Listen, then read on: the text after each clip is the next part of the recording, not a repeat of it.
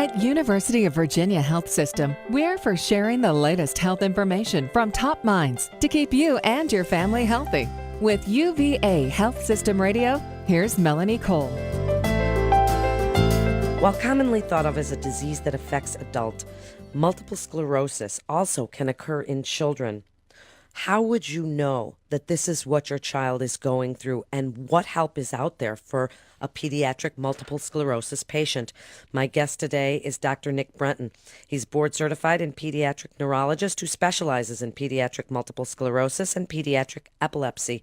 Welcome to the show, Dr. Brenton. So most people think of MS as a disease that affects adults, but really how common is it in children? Yeah, thank you for having me. MS is actually, it's very true. Many pediatricians and pediatric subspecialists are still surprised when I tell them that MS can occur in children.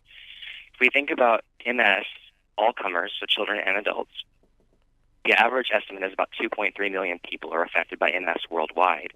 And though we traditionally think of MS as a disorder of young adults and adults, it's becoming increasingly identified in kids.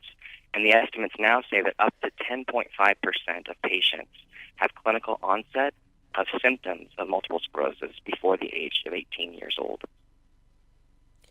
Wow. What are those symptoms? What would a parent notice, or what would a child say to their parents that would spark a little bit of an alert or, a red flag? Absolutely. So it's difficult, especially in kids, because kids are, in general, not as good as adults about reporting their symptoms. A lot of kids try to ignore them at first and see if they go away. Now, a first attack of MS can manifest in many different ways, and it often comes on in a subacute nature. And I mean that it's not like you think of like a stroke, typically, where the symptoms come on like lightning and they stay. It's more of symptoms gradually come on over the course of several hours, and they escalate over the course of 1 or 2 days. They don't tend to fluctuate, and they don't tend to stick around for an hour or two and then leave and then come back 5 hours later. Examples of first attacks in kids include something called optic neuritis. It's inflammation of the nerve that sends our visual information to our brain, and so the symptoms can be visual blurring. So a child complaining that their vision's blurry and it was perfect 5 minutes ago.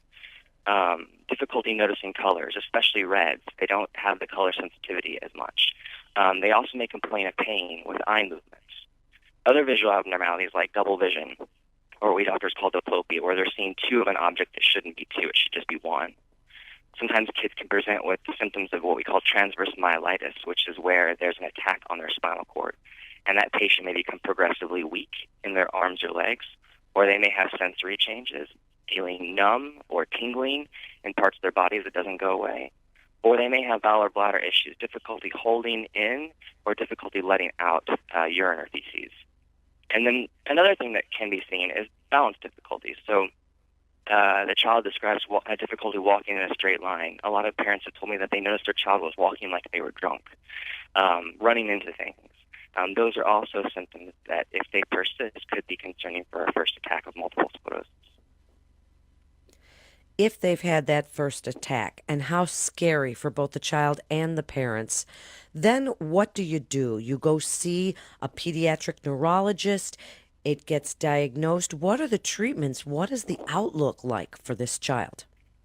Absolutely. So depending on how that first attack presents, there are acute treatments to help make the symptoms go away quicker. Now, the natural history is that with a first attack of MS, children are very good about repairing and healing from that event without any treatment usually. Now, sometimes if the event is bad enough, and most of the times there are symptoms that are worrisome enough that we opt to treat, we can give medicines like IV steroids to help speed up their recovery. Now, the steroids we don't think make them better than if they wouldn't have gotten steroids, but we do think that it speeds up their body's recovery.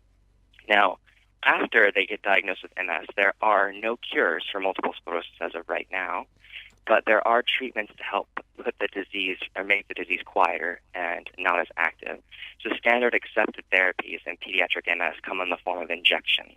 And so these injections are either subcutaneous or into the muscle, and they can be given as frequently as daily to as infrequently as every other week.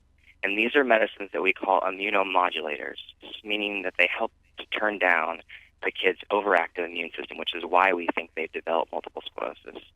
The injections have been available for over 20 years, and they've proven to be safe, well tolerated, and they have a very good side effect profile.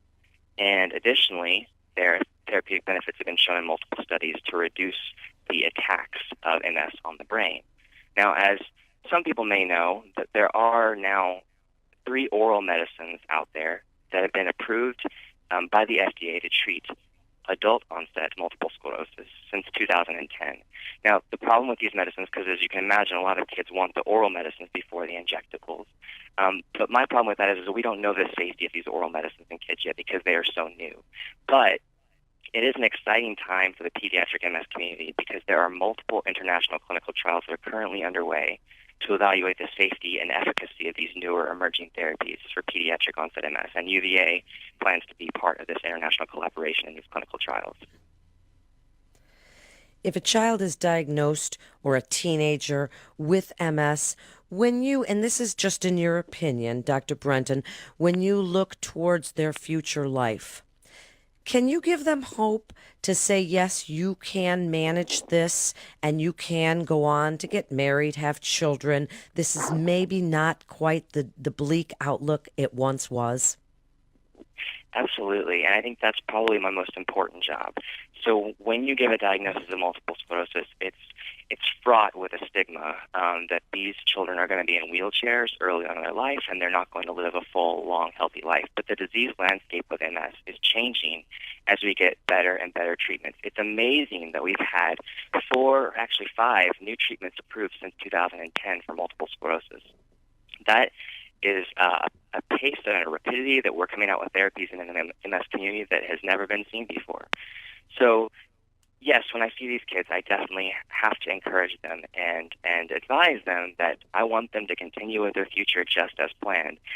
These kids aren't like adults because they're going through a different part of their life. The psychology behind the diagnosis is so much different in children and adolescents than it is in adults because they're in school. They're maybe in college, and they're at the point in their lives where they're really looking to just fit in. And a chronic disease like multiple sclerosis really screws that up. And so it's my job as a pediatric neurologist to make sure that we don't let MS get in the way of them doing what they want to do as much as possible.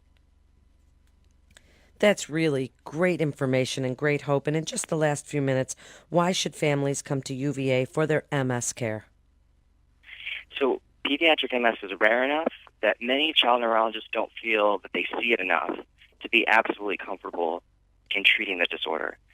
And adult neurologists who see MS much more realize that the differential diagnosis of a child who presents with symptoms of MS is much more different than that of an adult.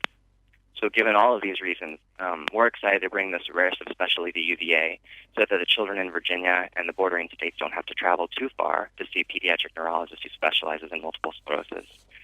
Our clinic is held right now once a week, and it features a multidisciplinary team. And all of these people are part of this team that is geared specifically for meeting the needs of pediatric and adolescent patients with multiple sclerosis.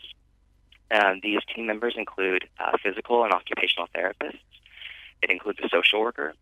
It also includes a pediatric neuropsychologist. So we know that up to 1/3 of kids with MS can have cognitive impairments towards the onset of the disease. So that pediatric neuropsychologist is a very important piece to have in this clinic. And then it has me, a pediatric neurologist who works to treat the disease. And so we're very excited to have this opportunity to offer this to the children in Virginia, and very excited to be a part of the UVA community. Thank you so much, Dr. Nick Brenton. You're listening to UVA Health Systems Radio, and for more information on the UVA Children's Hospital and UVA Neurosciences Center, you can go to uvahealth.com. That's uvahealth.com. This is Melanie Cole. Thanks so much for listening.